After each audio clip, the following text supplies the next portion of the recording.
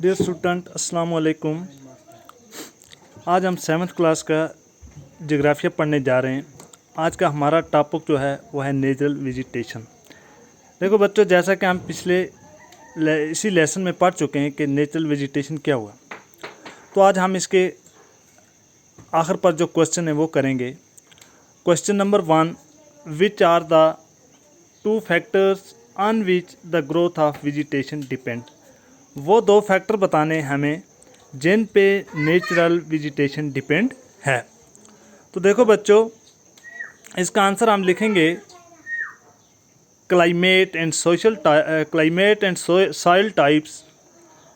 Climate and soil types are the 2 main factors on which the growth of vegetation depend. यानी एक तो climate अच्छा होना चाहिए एंड नंबर 2 सॉइल टाइप, यानी मिट्टी की अच्छी किस्म होनी चाहिए। तो वहाँ पर क्या होगी जी, अच्छी वेजिटेशन होगी, वेजिटेशन की अच्छी ग्रोथ होगी। तो इसका हम लिखेंगे climate and soil are the 2 main factors on which the growth of vegetation depend.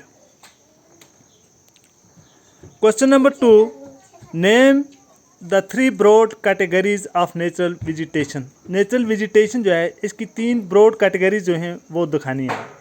तो देखो बच्चों, इसका आंसर लिखेंगे हम forests, grasslands and shrubs are the 3 broad categories of the natural vegetation. Forest आप समझते हैं जंगलात वगैरह, ग्रासलैंड्स हो गया वो जगह जहाँ पर घास वगैरह सरसब्ज पास्चर्स वगैरह होती हैं, एंड श्रब्स और सब्ज पत्तों वाली झाड़ियाँ जो होती हैं, ये 3 किस्म में किसकी are the 3 broad categories of the natural vegetation. Forest, grassland and shrubs are the 3 broad categories of the natural vegetation.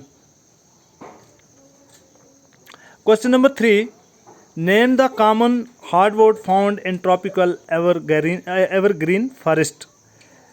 Tropical वो कॉमन हार्डवुड वाले दरख्त हमें बताने हैं, ट्रीज दिखाने हैं जो ट्रॉपिकल एवरग्रीन फॉरेस्ट में पाए जाते हैं। Rosewood and ebony are the 2 hardwood trees found in tropical evergreen forest. Question number 4, name the parts of the world where tropical deciduous forest are found. तो ये 2 जगह 3 जगह पे पाए जाते हैं ये इस किस्म के जंगलात। Monsoon part of India, northern Australia and central part of America. तो आज हम इतना ही पढ़ेंगे, इससे आगे के जो सवाल बचे हैं वो इंशाल्लाह कल करेंगे। बाकी वस्सलाम।